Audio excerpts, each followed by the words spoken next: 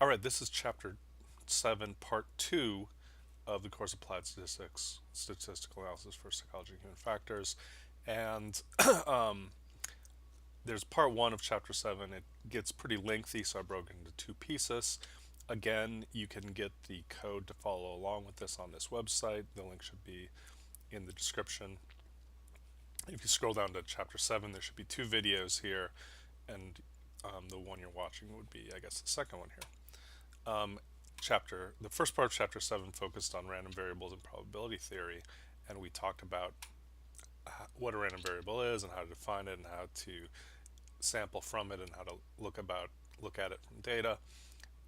This part will focus on inferential statistics and especially the process of parameter estimation.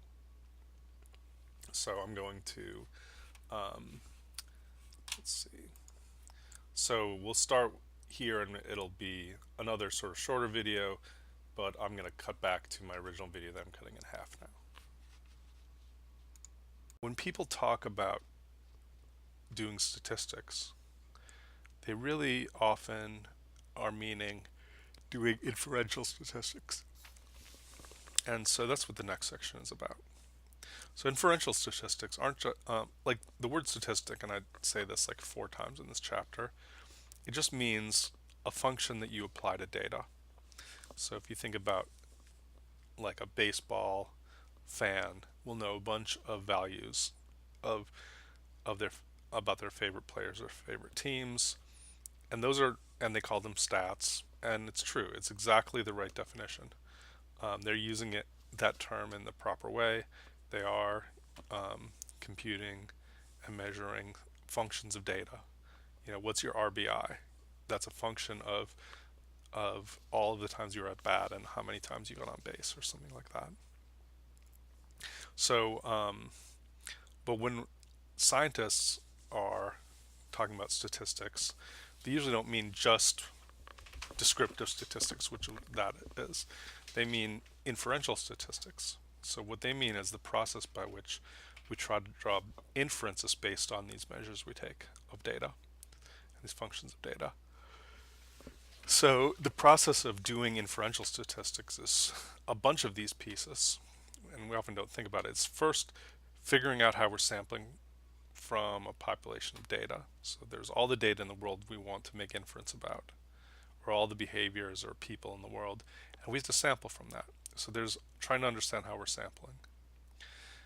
Then identifying the random variable that we're going to use, or the model we're going to use for the data. How to operationalize the sample space and how the probability distribution of that maps onto the sample space. Then, once we collect data, we want to estimate the parameters of this distribution based on the sample we've taken. So, this might be computing the means and standard deviations of a distribution. And then based on that, we try to make an inference about the population it comes from based on all these assumptions and all of our observations. So we may try to make an inference that says, well, here I took this sample and it showed that people with left-hander were 20% or scored a 1.5 on my test, and people who had right hands scored a 1.0 on my test. And based on the distribution of people I saw, my assumptions about my probability distributions and random variables, I would guess that there's a 90% chance or an 82% chance that that same thing holds for the whole population. So we're making inference about the whole population based on our sample. And that's the whole process of inferential statistics, which is what people mean when they're doing statistics. So the first piece of this is parameter estimation. So let's say that I've got some weird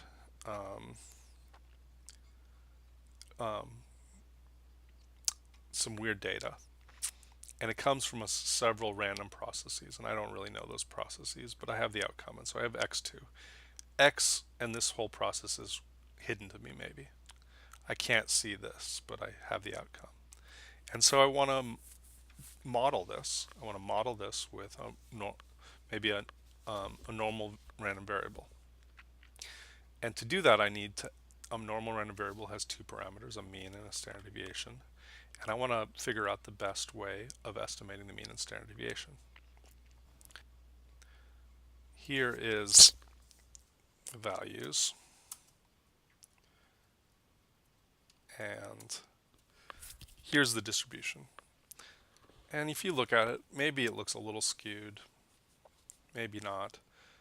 There's actually values below 0, so that's fine.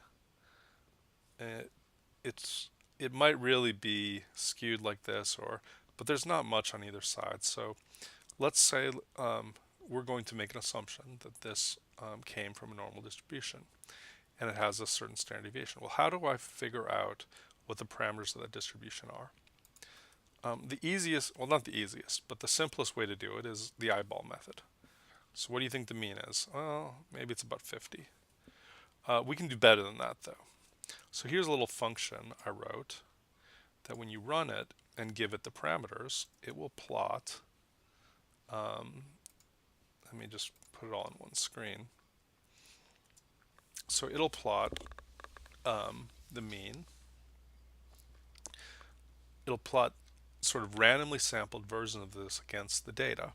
So this is not a very good model of my data because the data has variability in it that goes down to below 0 and up to 150. But maybe it's a good estimate of the mean. Although maybe I'm not sure. I think this might look a little high. So let me try eyeballing it, move it down, and I think, well, maybe that's a little better. I think that's maybe a little better, but I'm not sure. But how about the variability? So the variability right now is 0, so I can increase that to 10. And so, okay, I can estimate that it's got to be greater than 10. I could try 20, and this still looks a little small. I can try 40, and again, that might look just about right. I can't tell if it's a little high or not. If I do 80, the dots, the black dots, are clearly dispersed more widely than my yellow dots, my data, and so it's smaller than 80. So, maybe around 40 is what we're looking at. And so a good estimate, if I have to estimate what these values are, I might say 40 and 40. So this would be not a very accurate process, but this is essentially what we're doing when we're estimating variables. We're trying to find values of a distribution that provide a good fit to the data.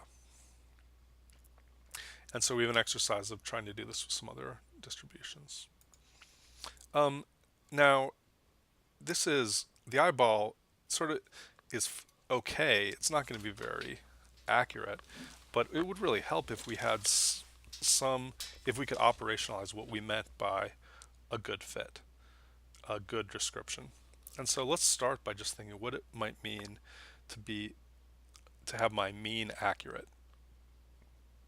And if my mean is accurate, there's a lot of different things we could think about, but maybe I could ignore all of the open points, which are my random samples, and think about every one of these points. I could measure the deviation between this and the line in each of these cases, and I could just add them up, positive and negative, and try to find one that sort of makes the positive equal to the negative. That's one approach. I could also try to do one that sort of half of them are below the line, half of them are above the line. That is actually the median. There's a number of things I could do.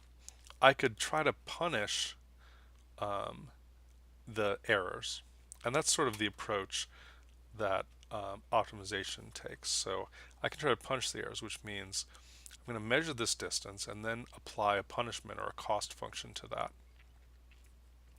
And the cost function in the first example I gave was just the distance, but I could even punish you more if you're further away. So I might say, well, see how this one's far away. This one could incur a big cost in comparison to these two, which incur a small cost, but but you might say, well, the cost for this distance should be more than twice the cost of half the distance.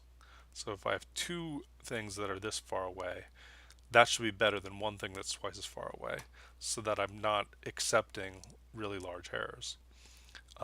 And that's called convex cost function. And a squared loss function or squared cost function is exactly a convex loss function. So this has some nice properties, and that's what we'll try. So we'll look at what's called squared error loss. So I'll square the deviation. I'll take the deviation, I'll square it. That means negative and positive both become positive, and we punish big things more than we punish little things. So plot mean 2 simply does that. And I'll look at it for the same set of data, but now I'm going to start. This actually will not, it sort of doesn't make sense to sample randomly and see how far you're off, because you're going to be, if I didn't happen to sample this one really high, then it sort of doesn't make sense. So I'm going to start by looking at this squared error loss, or mean squared error, depending on the value of the mean, just to get a better estimate. And I thought it was about 40 before, and so let me look at some values. Here's 45, and it's 1247. And if it's 48, I move it up a little bit. Oh, it gets smaller, and it goes down to 1190 if it's 49, 1181 if it's 50, 1170 even smaller if it's 51, and 1168 if it's 52. And so probably partly because of this guy, it's sort of drawn up. Depending on the original time this is sampled, x2 is sampled, you'd find that the best mean is going to be around 50, maybe 49, maybe 51, 52. And so it just sort of depends on randomness. But you'll find that my eyeball method didn't do good, because I thought 40 was a reasonable answer, but really around 50 is a better one. And now I don't have to eyeball it as much. I can come up with a comparison here. All right, so now, as I said, comparing individual points here to individual points and the simulated to individual points here doesn't make sense. But what if I did this QQ plot sort of approach? Or if I sorted all of these and compared it to the other one that's sorted? Then if I've got the same distribution, those two cumulative sort of sorted distributions should look about the same. And so that's what I'll do here. And we could come up with other measures. I'm not going to come up with other measures, but I'm just going to do this visually again. Let's see. So if I do this third one, over on the left, I have the same thing I plotted before. And here I can start changing the standard deviation now. I'm just going to use the 49, which is what my estimate was for some data set. And here, standard deviation 10 is clearly under, and you can see the red line, which is my simulated standard deviation, is much steeper. The steepness of this corresponds to how tight this distribution is, so I can make it bigger. And you can see, well, for about when it's about 30, that lines up pretty well. When it's about 35, it ends up maybe flattening a little bit. And here by 45, it's much flatter. So, the black is steeper than the red. So I could use both of these together to help me estimate the mean and standard deviation. This just helps me estimate, the dispersion of the distribution, and this helps me estimate where the mean is. Okay, so all of this I can do sort of by hand if I want to. Or I could use measures like mean squared error to help me find this. And certainly there's times when people will do estimation almost like this, maybe even by hand, or maybe through some simple numerical approaches that search different means to find the best mean to describe something. They generally will only need to do this if the distribution is really complicated, if the process can't be mapped really easily onto something like a normal distribution. we happen to be doing it with a normal distribution to just show what the process looks like. All right, so that's sort of the slow way of doing what you might call ad hoc parameter estimation. But now let's think back to what this notion of a statistic is. So it turns out that many distributions that are commonly used have statistics or functions of data that allow you to estimate the parameters of the distribution. So you don't have to um, sort of move your distribution, your parameter values around till you find a good fit. You can take the data and compute something on them that will give you the best estimate, the provably best estimate under whatever circumstances it's proven to be best under. For the normal distribution, this is if you want to estimate the best central tendency parameter for the normal distribution, it's going to be the mean of your data. This shouldn't really be surprising, you know. And so if we want to look at, and for the variability, it's going to be the standard deviation. So usually when we talk about the mean and standard deviation of a distribution, the parameters get Greek names, and so they're going to be mu and sigma. And when we talk about the statistic we calculate on data, we would call it mean and standard deviation, or M and S, or M hat and S hat, depending on how you're framing it. So if I can compute mean on x2, and in this case it happens to be 54, so let me run this again. I'll do this here. You know, this is going to depend on what your seed was when we started this, and I can compute the standard deviation, and it's 34. And so my guess that it was around 35 was not too bad. So let's see what this looks like if I... So now this was really the better than any other MSE. This red line and the black line are almost overlapping. So rather than doing hunt and peck to try to find exactly the values that best fit, in many cases we can find statistics of data that compute these directly. And that's what we did right here.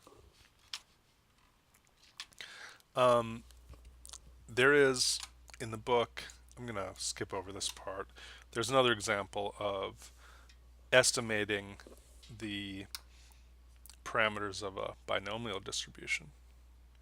And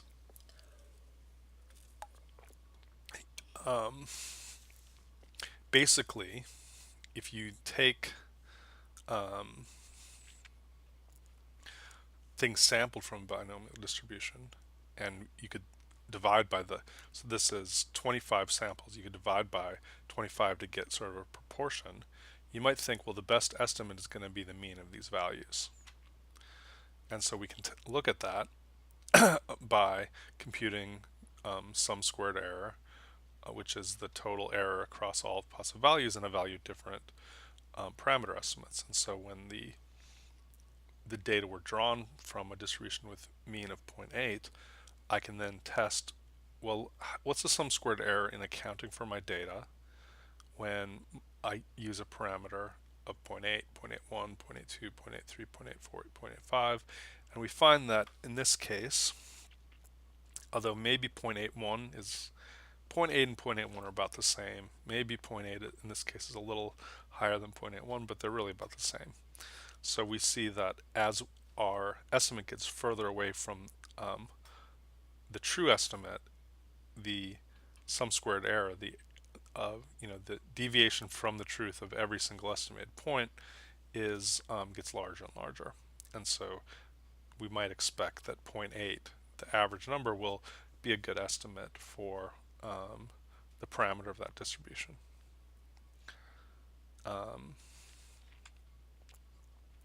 Okay, so so we've covered inference, we've covered using statistics to estimate the parameters of a random variable, And next we're going to talk about the normal distribution. So the normal distribution, everyone is sort of generally familiar with it. It has a certain shape, and we sort of know that we like to use it because it describes a lot of processes. There's a couple reasons why it's frequently used. One is that just a lot of data sort of are well described by it. A second is many of our tests are built around it, so it's an easy default assumption. And third is there's maybe the reason why our data tend to look normal is because it can be proven that the that if you have a bunch of processes fitting together to make some value, it will be normal. That's called the central limit theorem, and that's sort of the fundamental theorem of statistics, of probability and statistics. This is what allows us to use a normal distribution. And to show this, let's suppose rather than having a normal distribution, there's not going to be any normal distributions in here. I'm going to take uniform distributions, and I might say, well, I've got 50 people in line, and they each pick a number between 0 and 1, and they add them all up. You know, they each decide to donate a certain amount to charity. And I've got 50 people, and some people maybe they round off their purchase to the nearest dollar. So some people give a penny, and some people give 49 cents. And you might expect that, for large purchases with tax and stuff, the the pennies are going to be uh, sort of uniformly distributed. They're not going to be um, completely random. So if we take 50 people and um, each one picks a number between 0 and 1 to see how much they donate, and then we add them all up. That's sort of what this process is like.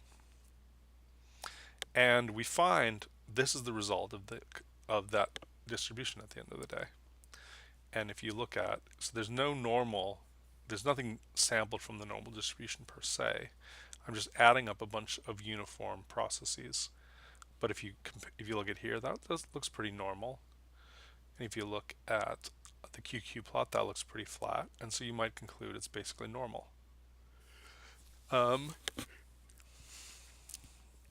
There's a couple other comparisons here about doing transforms and looking at the QQ plot. But the other thing to think about is, okay, let's say I've done 50 different people and each has a uniform piece they're contributing to this. I could easily divide by 50, and now I've got the mean amount people are giving. Dividing this distribution by 50 won't change a thing. It won't change a thing about the distribution other than the mean. And the standard deviation will be divided by 50, and the mean will be divided by 50, but it's the same distribution otherwise. But which tells you, even if I've got a random variable that's not normally distributed, that I'm sampling from something skewed or something that is uniform, and I sample enough people and find the average of these, that average will tend to be normal distributed. And that's really the fundamental central limit theorem. Because it means that I may have data that are not normally distributed, but my estimate of their mean will be if I get enough observations. My estimate of the mean will be, and remember, I only get one estimate of the mean. This is what happened after multiple hundreds of tries of this process, but I would only observe one of these particular ones. But I could guess based on these fundamental proofs that are the basis for probability theory that my mean will be my statistic, that's the mean, will be a random variable that's distributed normally according to certain properties. And so that's really one of the basis of how we do statistics. We understand that mean statistic has a distribution. We estimate the variability of the mean statistic and use that to make inference.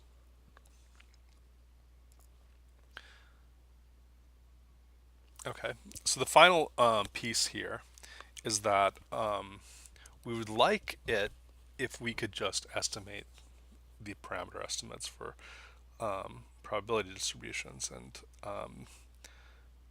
maybe with maybe by hand, or maybe by eyeball, or maybe through a statistic. And I showed that we can use standard deviation to compute the sigma parameter of the normal distribution, and mean to estimate the mu parameter. But the question is, well, that's only going to be a good estimate for some assumptions or some concerns. There's other ways you can do the estimates, and but importantly, if you think about the things you want your estimates to be, you might want them to be to estimate the most likely parameter value, or you might want them to be unbiased, so that they estimate a value that could be true. And sometimes these two concerns are at odds, and we'll look at that in this last example. So this last example, if you work through, let's see, if we go to this area about 174, what we're doing if you're estimating the standard deviation of a distribution, these two plots show the same thing. The red shows sort of the cost function for a normal distribution that has a standard deviation of 1. That's what these bars show.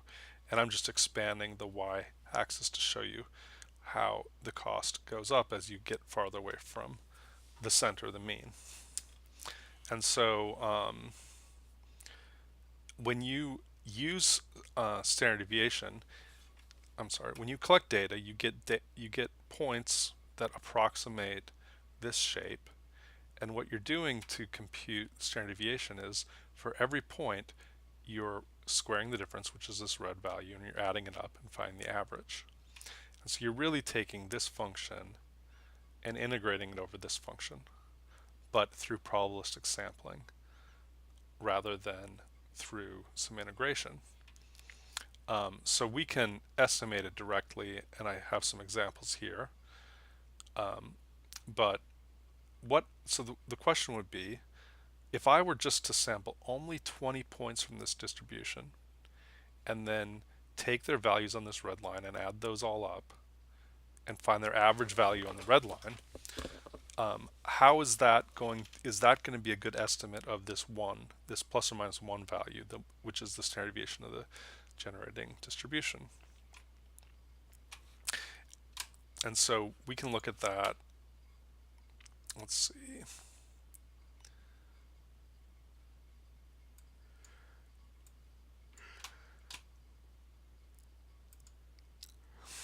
I have this, I think it is up a little further where I first did this.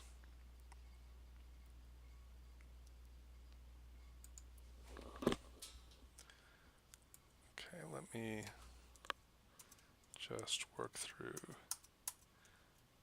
these parts. I don't think I'm there yet.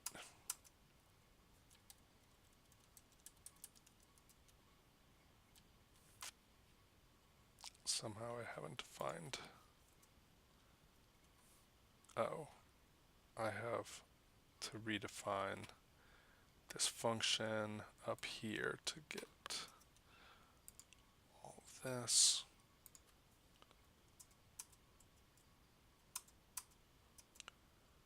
Okay, that's the example of convergence to a normal.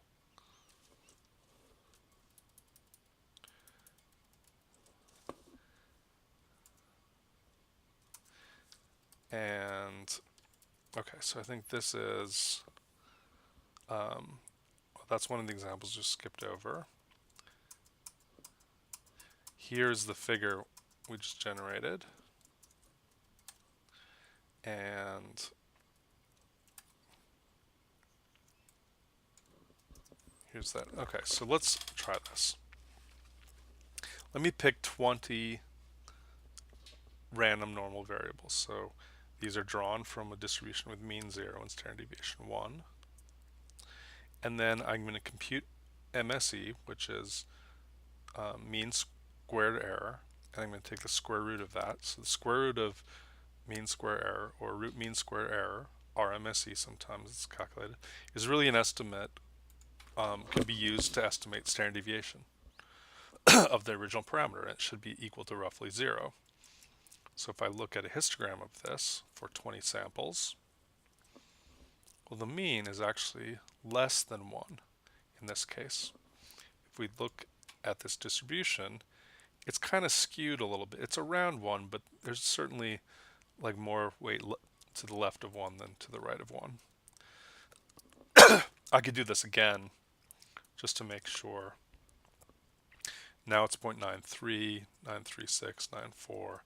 You know, I do this 1,000 different times, and it's always consistently, you know, below around 0.95, below 1, which means probably this is not a good estimate of the standard deviation. I could increase my samples to 200, and now it's actually getting close. You can see that I do this again, it's 0.995, about 0.998, 0.995. It's usually just a little biased when I have 200. If I have 2000, it's going to be usually within 1.01 or 0.02 of 1. So when I do 1,000, I get a very good estimate. So this is how biases happen when you're doing parameter estimates.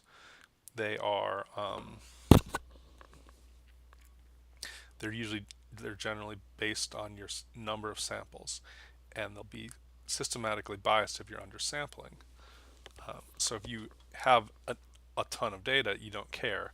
But if you have small amounts of data and you're trying to estimate the standard deviation or variance of a distribution, you're going to underestimate it, and that will impact the inferential statistics you do.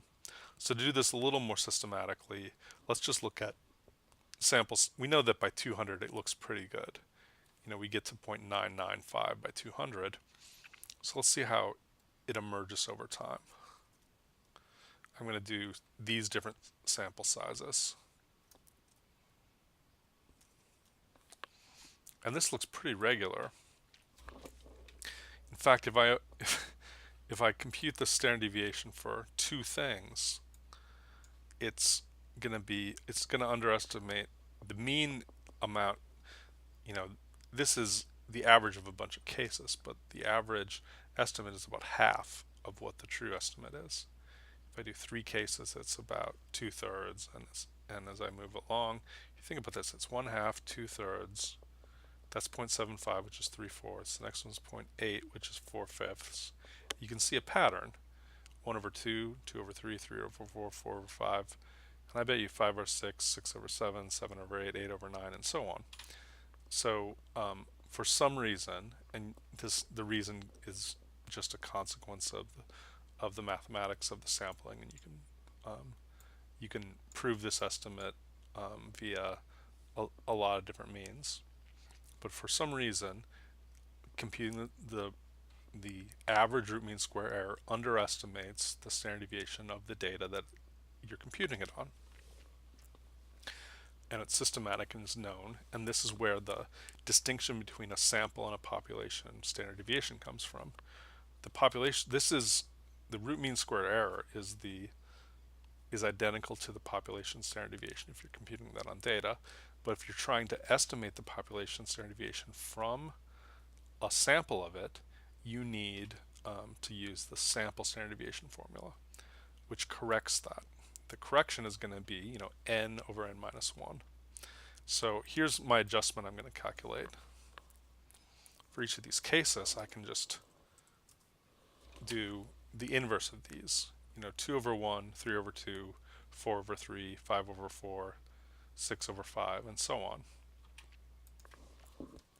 And if I take those values, those mean values, and look at the sample size, by the sample size, my estimates divided by my adjustment you can see that I've sort of it's a little wobbly, but they're all within very close range of 1.0. There's only 3% off of sort of 1.0, and it gets more wobbly as you get to the left. But so the way to correct this is to come up with a mean square error sample, which divides by, instead of n, by n minus 1. That's the same.